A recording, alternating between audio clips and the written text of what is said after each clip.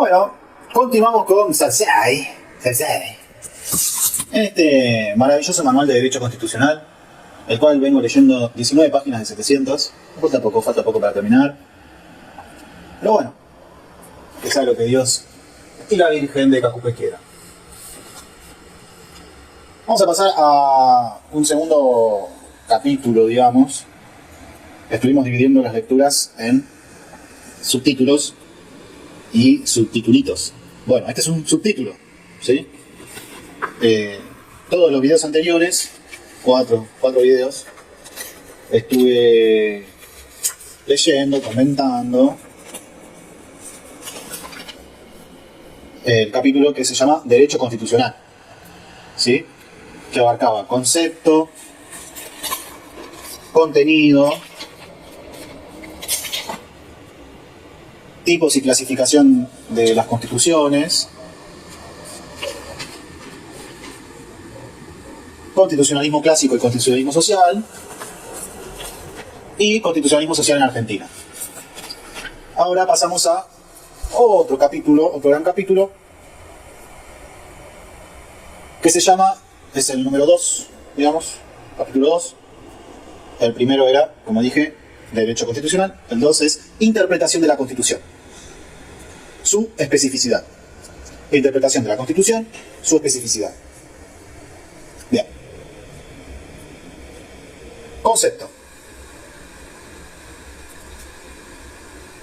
El subtítulo es concepto, ¿sí? El título es Interpretación de la Constitución, su especificidad. Y el subtítulo es concepto.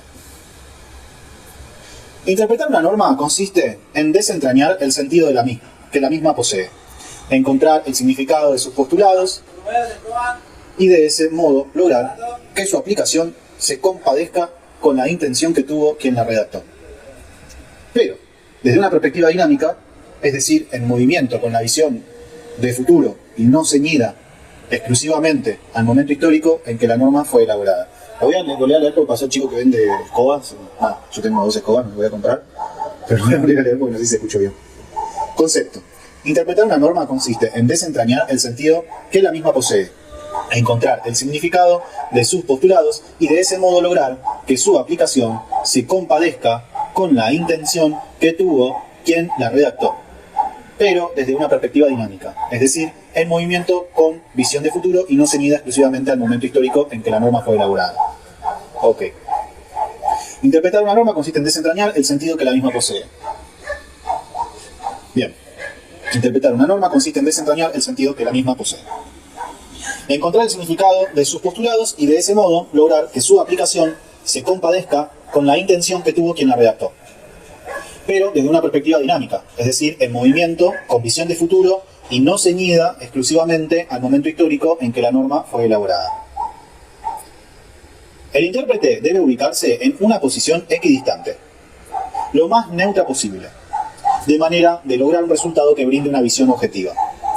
Claro que somos conscientes que esta tarea no es fácil, puesto que quien deba realizarla, necesariamente, aplicará consciente o inconscientemente su propia escala de valores, sus convicciones, que integran el sentido amplio de la noción de ideología que todos de alguna manera poseemos y que, a la hora de interpretar, se pondrá de manifiesto. En particular, quienes se desempeñan en la esfera jurídica lo harán desde una visión que se corresponderá con una escuela determinada, desde las bases de una formación, desde sus creencias, en suma, del bagaje de convicciones que permiten la construcción de una escala de valores que intervendrá al momento de interpretar el derecho positivo. Sin embargo, el intérprete debe recurrir a los elementos que surgen del marco jurídico de manera espontánea, de modo de deshacerse de una visión sesgada y prejuiciosa y así lograr el mejor resultado. Para ello existen pautas y modalidades de interpretación que constituyen valiosas herramientas para llevar a cabo una lectura precisa y objetiva de las normas. Bueno, lo que dice acá es que la interpretación debe ser precisa y objetiva. También dice que quienes se desempeñan en la esfera jurídica lo harán desde una visión que se corresponderá con una escuela determinada, desde las bases de una formación, desde sus creencias, en suma, del bagaje de convicciones que permiten la construcción de una escala de valores que intervendrá al momento de interpretar el derecho positivo. Sin embargo, el intérprete debe recurrir a los elementos que surgen del marco jurídico de manera espontánea, de modo de deshacerse de una visión sesgada y prejuiciosa, y así lograr el mejor resultado. Bueno, habla de, esto, que es inevitable la intromisión de la moral en la interpretación de una ley, y eso sucede en la praxis, ¿no? Cuando hago un juicio, o cuando necesito recurrir a una ley para ver si algo es legal o no, etc. Pero bueno, lo que dice acá es que esa intervención sea lo menos sesgada y prejuiciosa posible, y que existen pautas y modalidades de interpretación que constituyen valiosas herramientas para llevar a cabo una lectura precisa y objetiva de las normas. Sí, la interpretación en sentido lato es muy antigua. Sin embargo, el desarrollo de los principios y pautas para llevarla a cabo recién logran una sistematización en el transcurso del siglo XIX. En tal sentido, Savigny ha sido su gran teórico y sus formulaciones han sido muy utilizadas en el campo del derecho privado. En lo que hace al derecho público, el avance es mucho más cercano, a pesar de que existen antecedentes del derecho constitucional estadounidense y del italiano. Hasta ahora hemos hecho referencia al concepto amplio de interpretación o hermenéutica legal, que es aplicable a cualquier rama del derecho. Sin embargo, la evolución de esta actividad ha llevado a concluir que la especificidad de determinados ámbitos exige de criterios interpretativos particulares. Así ocurre en materia constitucional. Es necesario recordar que hasta mediados del siglo XX solo se empleó una forma de interpretación aplicable para todas las ramas del derecho. Pero es recién desde entonces que surgió la necesidad de que la interpretación constitucional fuese específica. Por supuesto que basada en principios generales, pero adecuada a las características que tiene una constitución y que lleva a aplicar criterios especiales, como veremos más adelante. Es interesante traer a colación que ya con anterioridad se tuvo en consideración estas particularidades de nuestra rama. Al respecto, Marshall ha dicho que nunca debemos olvidar que es una constitución lo que estamos interpretando. Una constitución que ha sido creada con la intención de prevalecer para las épocas futuras y, consecuentemente, debe apartarse a las variadas circunstancias de los asuntos humanos. Bueno, dice que Marshall, ¿quién poronga es Marshall? No sé, a ver. Bueno, Marshall es alguien del año 1819. 1819. Marshall dijo que nunca debemos olvidar que es una constitución lo que estamos interpretando. Una constitución que ha sido creada con la intención de prevalecer para las épocas futuras y, consecuentemente, debe apartarse a las variadas circunstancias de los asuntos humanos. No entiendo, bueno, sí, no sé. Que no es humana la Constitución, entonces. Ha sido creada con la intención de prevalecer en las épocas futuras, dice, y consecuentemente debe apartarse de las variadas circunstancias de los asuntos humanos. Solá, que es alguien, Juan Solá, que escribió Derecho Constitucional en Buenos Aires en el 2006, dice: con estas palabras, John Marshall expresó que la interpretación de la Constitución es diferente a la de la ley, o a la de los reglamentos, ya que la Constitución no tiene la verbosidad de un código. Para su interpretación, una Constitución requiere de la existencia de una Corte Suprema. Sin un órgano de este tipo, la Constitución pierde su contenido jurídico estricto y su suerte está atada a la del partido en el poder que impone la lectura que ese momento le conviene. Ok. Bien. Lo vuelvo a leer. Dice, bueno, Marshall había dicho, nunca debemos olvidar que es una constitución lo que estamos interpretando. Una constitución que ha sido creada con la intención de prevalecer para las épocas futuras y consecuentemente debe apartarse a las variadas circunstancias de los asuntos humanos. Solá considera que, con estas palabras, John Marshall expresó que la interpretación de la Constitución es diferente a la de la ley o a la de los reglamentos, ya que la Constitución no tiene la verbosidad de un código. Para su interpretación, una Constitución requiere de la existencia de una Corte Suprema. Sin un órgano de este tipo, la Constitución pierde su contenido jurídico estricto y su suerte está atada a la del partido en el poder que impone la lectura que ese momento le conviene. Ya.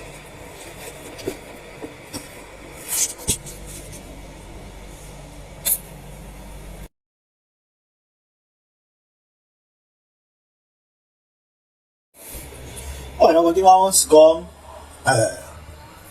pautas para la interpretación constitucional. Pautas para la interpretación constitucional. Es un segundo subtitulito dentro de el capítulo de interpretación. ¿Sí? Página 20. Pautas para la interpretación constitucional. La cita precedente y su comentario nos permiten desarrollar una serie de aspectos del derecho constitucional que tienen que ser tomados como pautas básicas por parte del intérprete a la hora de evaluar las cláusulas constitucionales. Bueno, la cita precedente que dice es lo que habíamos leído de Marshall y de Solá, ¿no? Que decía recién. Lo vuelvo a leer.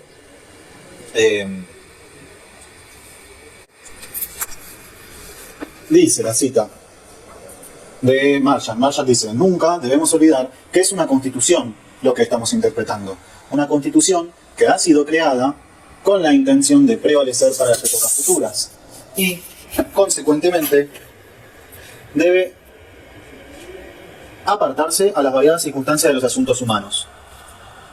Y después dice: Solá considera que, con estas palabras, John Marshall expresó que la interpretación de la Constitución es diferente a la de la ley o a la de los reglamentos, ya que la Constitución no tiene la verbosidad de un código.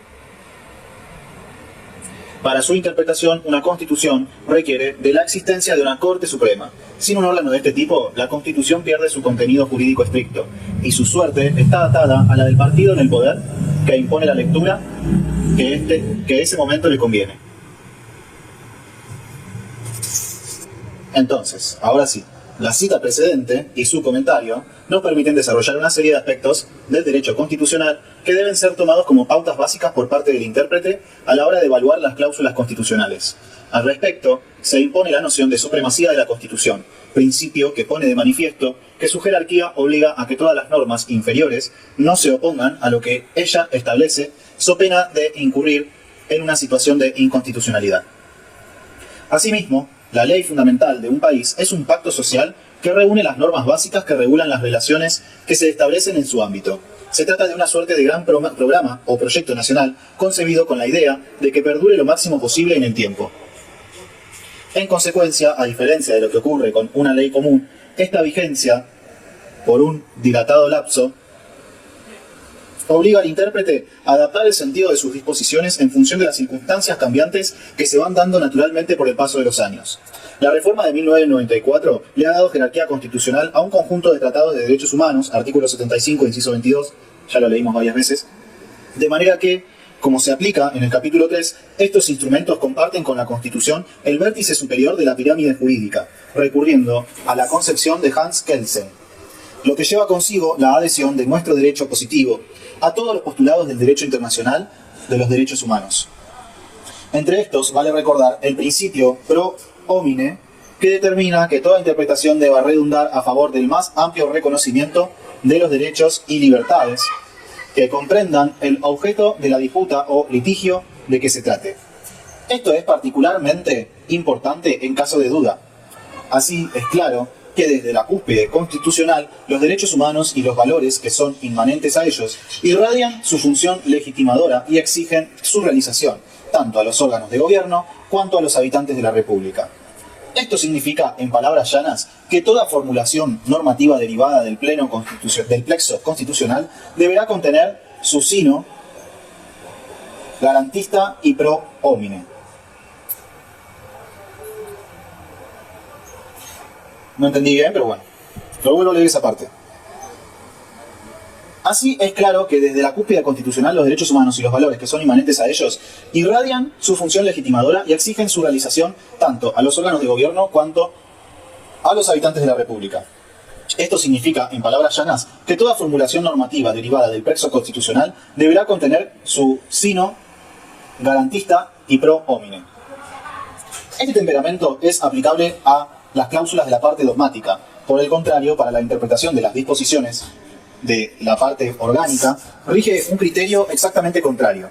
Es decir, que cuando se debe interpretar una cuestión vinculada con el ejercicio del poder, por ejemplo, la competencia de un órgano o los requisitos para acceder a un cargo electivo, debe hacérselo de manera restrictiva y, en caso de duda, debe estarse a aquella conclusión que impida el ejercicio de la facultad en cuestión o la posibilidad de ser candidato respectivamente. De nuevo, es decir, que cuando se debe interpretar una cuestión vinculada con el ejercicio del poder, por ejemplo la competencia de un órgano o los requisitos para acceder a un cargo electivo, debe hacérselo de manera restrictiva y en caso de duda debe estarse aquella conclusión que impida el ejercicio de la facultad en cuestión o la posibilidad de ser candidato respectivamente. Ello es una lógica consecuencia de la gran meta que se ha propuesto el constitucionalismo, que, como ya hemos visto, consiste en la construcción de un poder limitado que, de ese modo, permita el pleno ejercicio de las libertades de parte de los gobernados. La extensión del principio pro homine y de sus corolarios a los ocupantes del poder importa la negación de uno de los sustentos más importantes del constitucionalismo, cuál es la limitación de la autoridad de los gobernantes. Desgraciadamente, de manera incorrecta se han dictado sentencias, como ha ocurrido en materia electoral, en relación con la oficialización de las llamadas candidaturas testimoniales, en las que, de manera inadecuada, se ha argumentado a favor de las mismas, invocándose en su favor este principio propio del derecho internacional, de los derechos humanos, y que, repetimos, nunca debe ser extendido a los titulares del poder. La Constitución es un único instrumento compuesto por una pluralidad de cláusulas que deben ser interpretadas de manera armónica y no aislada. Como queda dicho, estamos frente a un cuerpo único, a una suerte de código que encierra las normas fundamentales de un Estado, lo que obliga a que toda vez que haya que considerar lo que expresa una norma relativa a una cierta cuestión, el análisis correspondiente deba ser hecho a la luz de todas las restantes disposiciones que le son concordantes. A esta modalidad se la denomina interpretación integradora.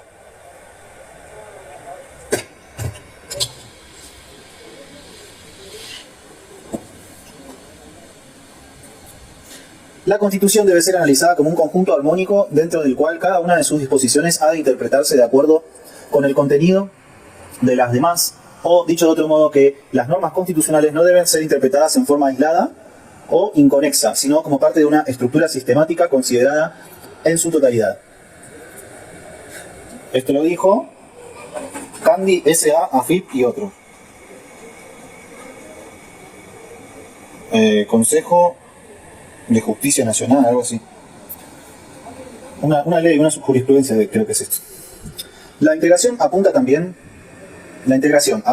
a llenar los vacíos o lagunas que presentan algunas de las cláusulas constitucionales. Así veremos a lo largo de la obra que ciertas materias, por caso la reforma de la Constitución prevista en el artículo 30, requieren del estudio de otras que, por su relación directa con la situación planteada, nos brindan la respuesta adecuada para llenar ese hueco normativo. En ocasiones la labor de interpretación exige una búsqueda fuera del texto constitucional y emplear entonces normas contenidas en otros instrumentos jurídicos. Esto es lo que ocurre cuando se acude al texto de tratados internacionales de los que la Argentina es parte y que tienen jerarquía constitucional. Toda interpretación debe ser razonable por aplicación del respectivo principio previsto en el artículo 28, que desarrollamos en el capítulo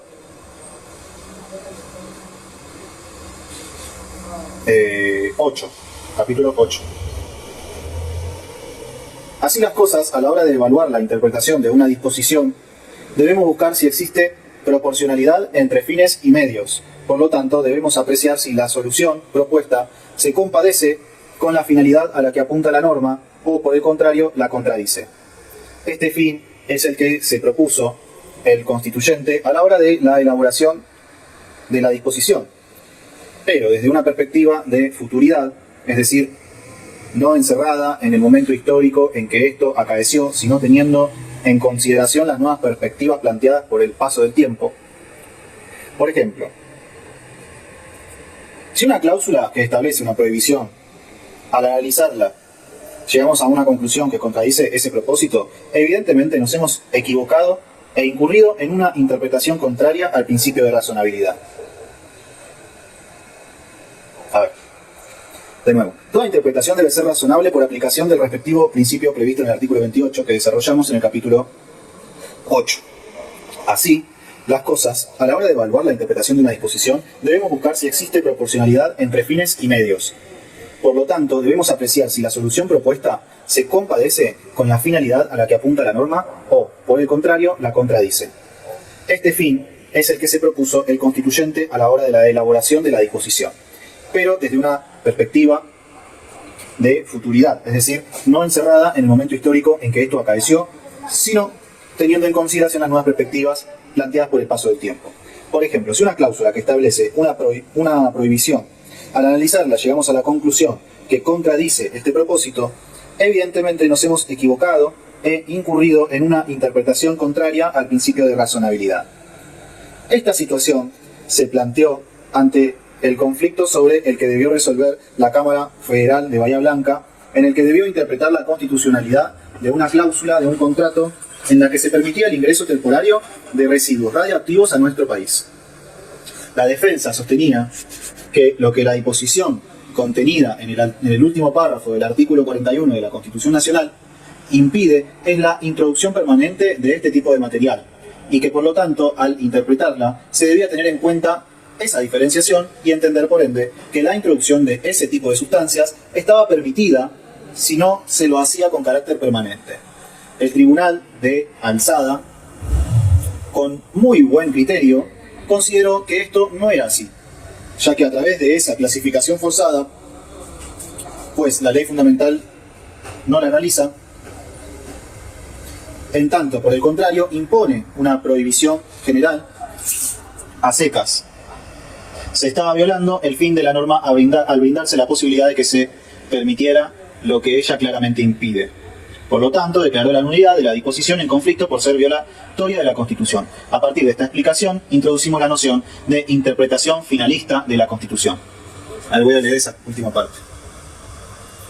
Decía lo de los residuos radioactivos, el artículo 41 de la Constitución Nacional, que ya lo voy a leer, dice: el Tribunal de Alzada, con muy buen criterio, consideró que esto no era así.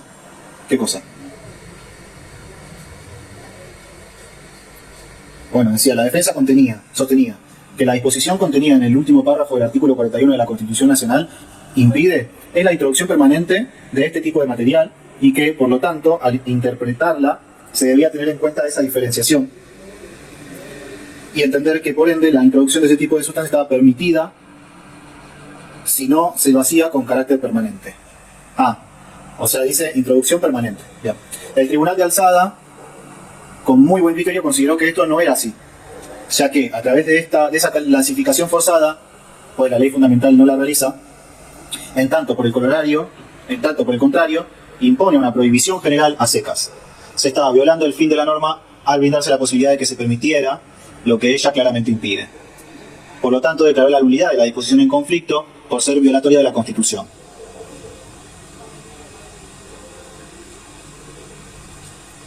A partir de esta explicación introducimos la noción de interpretación finalista de la Constitución.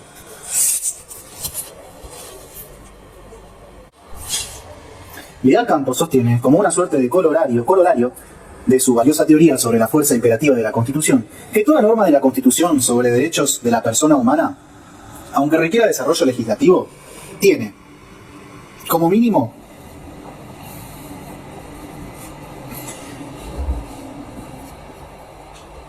y mientras la ley de desarrollo no se dicta, un contenido esencial que es aplicable siempre. De nuevo, Vidal Campos sostiene, como una suerte de corolario de su valiosa teoría sobre la fuerza imperativa de la Constitución, que toda norma de la Constitución sobre derechos de la persona humana, aunque requiera desarrollo legislativo, tiene como mínimo, y mientras la ley de desarrollo no se dicta, un contenido esencial que es aplicable siempre. Esta posición, que compartimos, habla de la necesaria operatividad de las disposiciones constitucionales. Es cierto que el texto constitucional contiene cláusulas imperativas subobligatorias y de inmediato cumplimiento y cláusulas programáticas. Estas últimas necesitan de la labor ulterior del legislador, quien, a través de una norma que las reglamenta, las pone en vigencia. Sin embargo, la actuación legislativa no puede tener una extensión ilimitada en el tiempo, sino que debe concretarse dentro de un lapso de tiempo razonable. Pero aún antes de que ella intervenga, deben ponerse en marcha aquellos contenidos que surgen de manera clara de la norma constitucional. Ejemplos de este tipo de disposiciones los encontramos en el artículo 14 bis, que contempla una serie de derechos sociales, entre ellos, por ejemplo, el trabajo en sus diversas formas, expresa la Constitución, gozará de la protección de las leyes, las que asegurarán al trabajador condiciones dignas y equitativas de labor, jornada limitada, etc. También, en otro párrafo del mismo artículo, el constituyente deja en manos del legislador la determinación de las características de la seguridad social. Entre ellas, debe definir la movilidad jubilatoria. Pues bien, ante la ausencia de regulación legal de esta cuestión y frente a un reclamo de un particular, la Corte Suprema ha exhortado al legislativo para que éste reglamente este contenido constitucional y a la espera de esta normativa ha determinado el criterio a aplicar en el caso concreto. Se trata de un claro ejemplo en el que los jueces tornan imperativa una cláusula programática y al mismo tiempo se dirigen al poder al que la Constitución manda regular la cuestión, a efectos de que lo haga rápidamente. Toda norma sancionada por el Congreso y promulgada por el Poder Ejecutivo de conformidad con el principio de presunción de constitucionalidad de la ley, se considera que es constitucional hasta tanto un magistrado la declare inconstitucional. Ok. Un poco lo que está pasando ahora, ¿no? Dicen, la ley base es constitucional. Sí, pero hasta que no se declare inconstitucional, viva la pepa. Rige. Ello luego de un delicado examen de confronte entre su texto y el de la ley fundamental. Esa declaración recién tendrá carácter definitivo cuando el máximo tribunal de la nación así lo disponga, o de no llegarse a él cuando la sentencia quedare firme en alguna de las instancias inferiores.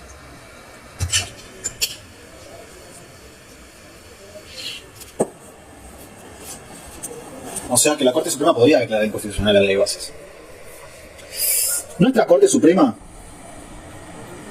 ha dejado sentado que esta decisión es la última posibilidad a la que debe acudir un juez, ya que en principio debe estarse a favor de la validez constitucional de la norma sujeta a examen. O sea, en principio se está a favor de la validez constitucional hasta tanto se compruebe lo contrario. Así, confirmando una doctrina que tiene establecida de manera pacífica, ha expresado: la declaración de inconstitucionalidad es un acto de suma gravedad institucional, que debe ser considerada como última ratio del orden jurídico. La atribución de los tribunales de declarar inaplicables en los casos sometidos a su decisión leyes o actos emanados de otros poderes del Estado nacional o provincial, en razón de ser violatorios de principios constitucionales, debe ejercerse con suma prudencia. Coincidimos con Vidal Campos que la interpretación constitucional no se limita a la Constitución y los tratados internacionales, sino que también comprende a todas aquellas normas que integran esta rama del derecho, como por ejemplo la normativa electoral y de partidos políticos, entre muchas otras, la incorporación de los tratados al derecho interno y el hecho de que algunos de ellos tengan el mismo orden de prelación que la Constitución ha llevado a que la doctrina vaya desarrollando una nueva modalidad de control, a la que denomina de convencionalidad, en tanto importa la verificación del respeto de las convenciones y demás tratados internacionales de parte de las normas inferiores. Esto ocurre por las características propias que tiene este examen interpretativo, que deben llevar a cabo magistrados y demás autoridades en el interior de los estados. Pero cuando el Tratado de Derechos Humanos prevé la existencia de un tribunal internacional, a este también le cabe hacer dicho examen, de modo tal que este nuevo control que viene de la mano del derecho internacional de los derechos humanos es llevado a cabo en los niveles nacional e internacional. Al respecto, el profesor colombiano Rey Cantor expresa que el control de convencionalidad sobre una norma constitucional permite afirmar que el principio constitucional de la supremacía de la Constitución se ha erosionado al someter dicha norma al examen de confrontación normativo con un tratado internacional, lo que consecuencialmente determina el sometimiento de la Constitución al Tratado de Derechos Humanos. Y la Constitución no es la única y exclusiva norma para confrontar leyes internas, en una escala de jerarquía normativa, al activar el control de constitucionalidad, porque los tratados de derechos humanos podrán ser utilizados como parámetros de control de constitucionalidad de las leyes. Ok, vamos de nuevo con lo que dijo el Rey Cantor. Al respecto, el profesor colombiano Rey Cantor expresa que el control de convencionalidad sobre una norma constitucional permite afirmar que el principio constitucional de la supremacía de la Constitución se ha erosionado al someter dicha norma al examen de confrontación normativo con un tratado internacional, lo que consecuencialmente determina el sometimiento de la Constitución al Tratado de Derechos Humanos. Y la Constitución no es la única y exclusiva norma para confrontar las leyes internas en una escala de jerarquía normativa, al activar el control de constitucionalidad, porque los tratados de derechos humanos podrán ser utilizados como parámetros de control de constitucionalidad de las leyes.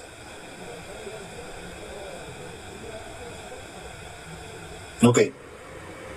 Bueno, Rey Cantor dice que el control de convencionalidad sobre una norma constitucional permite afirmar que el principio constitucional de la supremacía de la Constitución se ha erosionado al someter dicha norma al examen de confrontación normativo con un tratado internacional, lo que consecuentemente determina el sometimiento de la Constitución al Tratado de Derechos Humanos.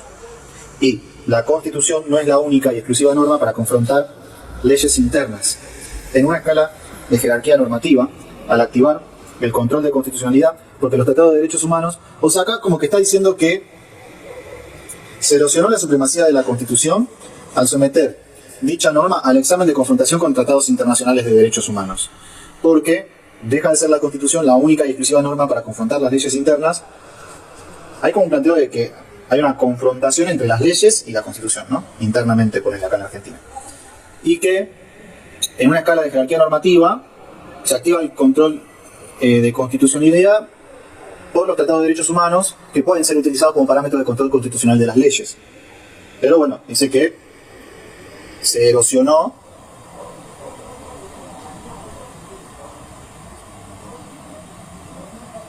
al incluir, al confrontar la norma de examen normativo con un tratado internacional.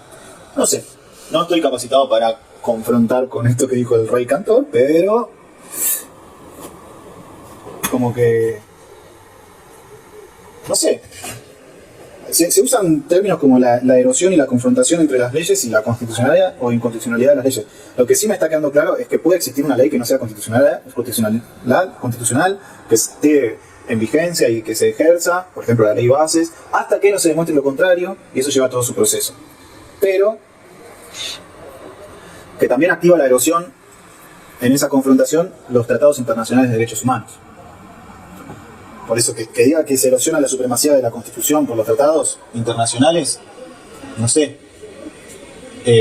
Creo que está bueno adherirse a consensos internacionales, pero algo se genera el consenso internacional. No sé.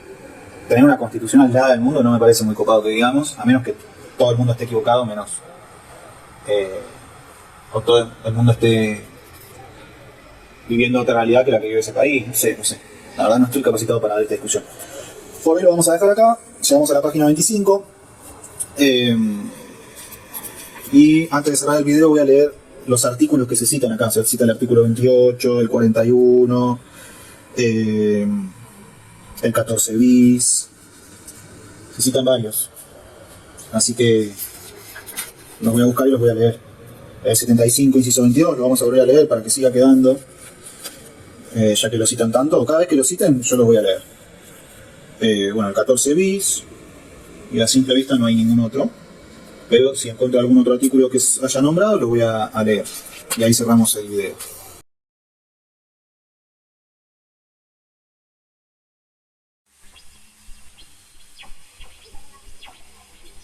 Bueno, vamos a leer los artículos nombrados en este fragmento del libro de Sassay. Artículos de la Constitución que fueron nombrados durante esta lectura.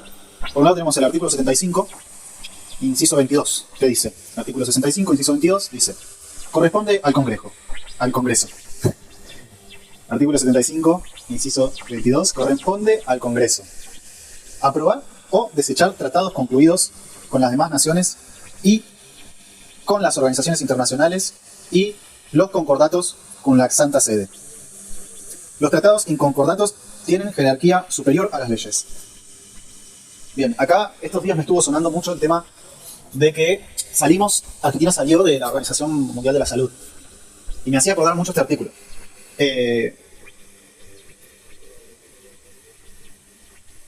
Ahora lo vamos a leer, pero principalmente en esta primera partecita que dice aprobar o desechar tratados concluidos con las demás organizaciones nacionales, con las demás naciones y con las organizaciones internacionales y los concordatos con la Santa Sede. Los tratados y concordatos tienen jerarquía superior a las leyes.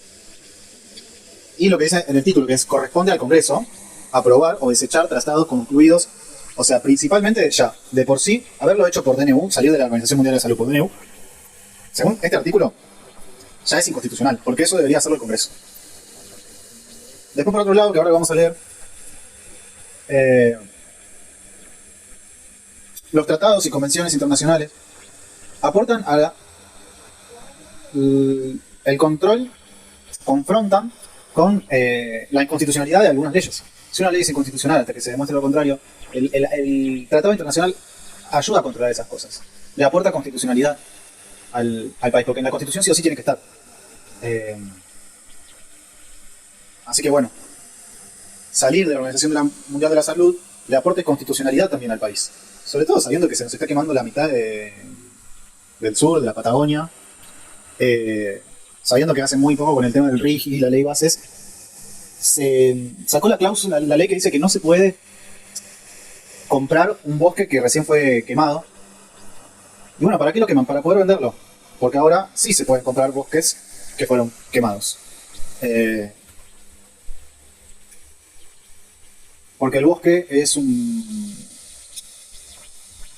patrimonio ecológico de nuestro país. Y si está quemado ya no lo es. Entonces la ley esta que decía que no se puede comprar un bosque quemado es justamente para que no quemen bosques para poder venderlos. Porque es una práctica muy común. Quemar un bosque para que deje de ser un patrimonio ecológico, un aporte al ecosistema del país, y entonces venderlo. Salir de la Organización Mundial de la Salud, yo creo que en este contexto hay que tenerlo en cuenta en ese sentido, digamos. De quitarle cada vez más constitucionalidad a la forma en que se rige nuestro Estado. Bueno, continúo. Decía, corresponde al Congreso aprobar o desechar tratados concluidos con las demás naciones y con las organizaciones internacionales y los concordatos con la Santa Sede. Los tratados sin concordatos tienen jerarquía superior a las leyes. La Declaración Americana de los Derechos y Deberes del Hombre, la Declaración Universal de Derechos Humanos, la Convención Americana sobre Derechos Humanos, el Pacto Internacional de Derechos Económicos, Sociales y Culturales, el Pacto Internacional de Derechos Civiles, Políticos y su protocolo facultativo, la Convención sobre la Prevención y la Sanción del Delito de Genocidio, la Convención Internacional sobre la Eliminación de toda la forma de discriminación racial, la Convención sobre la Eliminación de toda la forma de discriminación contra la mujer, la Convención contra la Tortura y otros tratos o penas crueles, inhumanos o degradantes, la Convención sobre los Derechos del Niño en las condiciones de su vigencia, tienen jerarquía constitucional. Eso es lo que estaba diciendo. Tienen jerarquía constitucional. No derogan artículo alguno de la primera parte de esta Constitución y deben de entenderse complementarios de los derechos y garantías por ellas reconocidos. Y deben entenderse complementarios de los derechos y garantías reconocidos por la Constitución. Solo podrán ser denunciados en su caso por el Poder Ejecutivo Nacional previa aprobación a la 2/3 parte de la totalidad de los miembros de cada Cámara. O sea, tiene que pasar por legisladores y por senadores. Los demás tratados y convenciones sobre derechos humanos, luego de ser aprobados por el Congreso, requerirán del voto de las 2/3 partes de la totalidad de los miembros de cada Cámara para gozar de la jerarquía constitucional. Bien, ese era el artículo 75, inciso 22, que ya lo habíamos leído anteriormente en otros videos. Artículo, pero bueno, lo volvió a nombrar, ¿no? Entonces lo volvemos a leer. Cada vez que nombre un artículo, al final de cada video vamos a leer ese artículo. Artículo 30, otro que fue nombrado. La Constitución puede reformarse en todo o en cualquiera de sus partes. La necesidad de reforma debe ser declarada por el Congreso con el voto de 2/3 partes, al menos, de sus miembros, pero no se efectuará sino por una convención convocada al efecto. Artículo 30. La Constitución puede reformarse en todo o cualquiera de sus partes. La necesidad de reforma debe ser declarada por el Congreso con el voto de 2/3 partes, al menos, de sus miembros, pero no se efectuará sino por una convención constituyente convocada al efecto. O sea, el Congreso aprueba la convención constituyente y la convención constituyente es la que va a trabajar en esa modificación. Artículo 28, como hace poco sucedió en Chile eso. Artículo 28. Los principios, garantías y derechos reconocidos en los anteriores artículos no podrán ser alterados por las leyes que reglamenten su ejercicio. Artículo 28. Los principios, garantías y derechos reconocidos en los anteriores artículos no podrán ser alterados por las leyes que reglamenten su ejercicio. O sea, las leyes son inferiores a los artículos de la Constitución y sus principios, garantías y derechos reconocidos no podrán ser alterados por las leyes que reglamenten su ejercicio. O sea, la ley no puede alterar el artículo, sino que tiene que reglamentar su ejercicio, pero sin alterar. Artículo 41. Todos los habitantes gozan del derecho a un ambiente sano, equilibrado, apto para el desarrollo humano y para que las actividades productivas satisfagan las necesidades presentes sin comprometer las de las generaciones futuras, y tienen el deber de preservarlo. El daño ambiental generará prioritariamente la obligación de recomponer, según lo establezca la ley. Las autoridades proveerán. Por esto es que no se puede comprar un bosque que fue recién quemado. Es una locura, ¿qué cabeza cabe? O sea, vos tenés que reparar ese daño, no venderlo. Pero bueno, eso es lo que pasa. Se quema para venderse. Dice, las autoridades proveerán a la protección de este derecho, a la utilización racional de los recursos naturales, a la preservación del patrimonio natural y cultural y de la diversidad biológica y a la información y educación ambientales. Corresponde a la nación dictar las normas que contengan los presupuestos mínimos de protección y a las provincias las necesarias para complementarlas, sin que aquellas alteren las jurisdicciones locales. Se prohíbe el ingreso al territorio nacional de residuos actual o potencialmente peligrosos y de los radiactivos.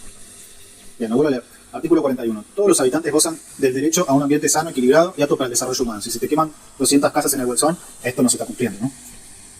Todos los habitantes gozan del derecho a un ambiente sano, equilibrado, apto para el desarrollo humano y para que las actividades productivas satisfagan las necesidades presentes sin comprometer las de las generaciones futuras, y tienen el deber de preservarlo. El daño ambiental generará prioritariamente la obligación de recomponer según lo establezca la ley. Las autoridades proveerán a la protección de este derecho, a la reutilización, a la utilización racional de los recursos naturales, a la preservación del patrimonio natural y cultural y de la diversidad biológica, y a la información y educación ambientales. Corresponde a la nación dictar las normas que contengan los presupuestos mínimos de protección y a las provincias las necesarias para complementarlas, sin que aquellas alteren las jurisdicciones locales. Se prohíbe el ingreso al territorio nacional de residuos actual o potencialmente peligrosos y de los radiactivos. Bueno, y terminamos con el artículo 14 bis.